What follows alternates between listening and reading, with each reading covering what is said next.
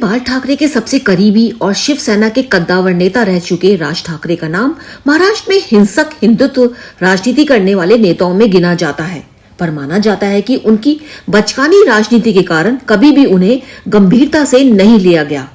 आलम यह है कि महाराष्ट्र में लगातार चल रही जबरदस्त राजनीति उथल पुथल के बावजूद उनकी उपस्थिति किसी भी बड़े खिलाड़ी को महसूस नहीं हो रही है, चाहे वो उद्धव ठाकरे हो, एकनाथ शिंदे हो या फिर भाजपा के नेता अमित शाह।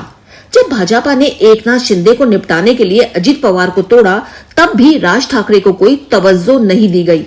यहाँ तक कि जब हाल ही में अजित पवार के आने से शिंदे को खतरा महसूस हुआ, तब भी उन्होंने राज को किसी काम का नहीं समझा, क्योंकि प्रदेश की राजनीति में राज ठाकरे अब न केवल खत्म से हो गए हैं, बल्कि सभी राजनीतिक दल उनको एक राजनीतिक बोझ समझने लगे हैं। शिवसेना के जनक बाल साहेब ठाकरे के बाद वाली महाराष्ट्र की राजनीति में उद्धव और राज ठाकरे ने अलग अलग राहें पकड़ी थी।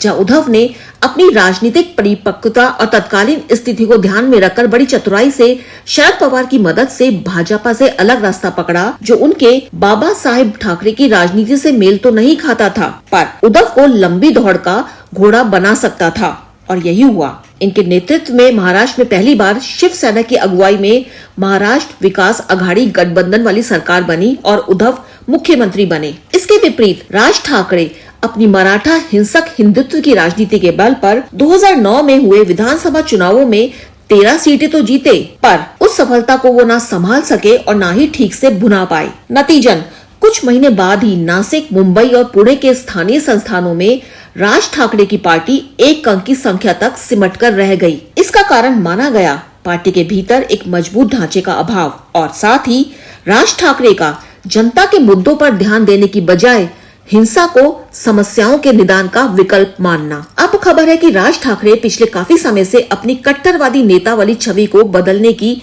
जी तोड़ कोशिश कर रहे हैं, लेकिन इससे कुछ होने वाला नहीं है। एक तो वो खुद नहीं जानते कि पुरानी छवि को बदलने के लिए अवसर, समय और अपने सदस्यों का होना जरूरी है, जो उनके पास फिलहाल है ही नहीं और निकट भविष्य में होने की संभावना भी दिखाई नहीं दे रही है। इसलिए अगर कहा जाए कि मौजूदा राजनीति में राज ठाकरे एक ऐसे मोड़ पर पहुंच चुके हैं जहां से वापस आने की संभावना ना के बराबर ही दिख रही है, तो कुछ गलत नहीं होगा।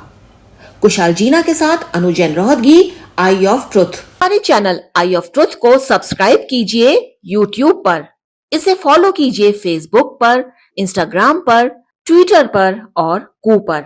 हमारे चैनल के बारे में फीडबैक देने के लिए हमें मेल कीजिए ioftruth.6@gmail.com पर।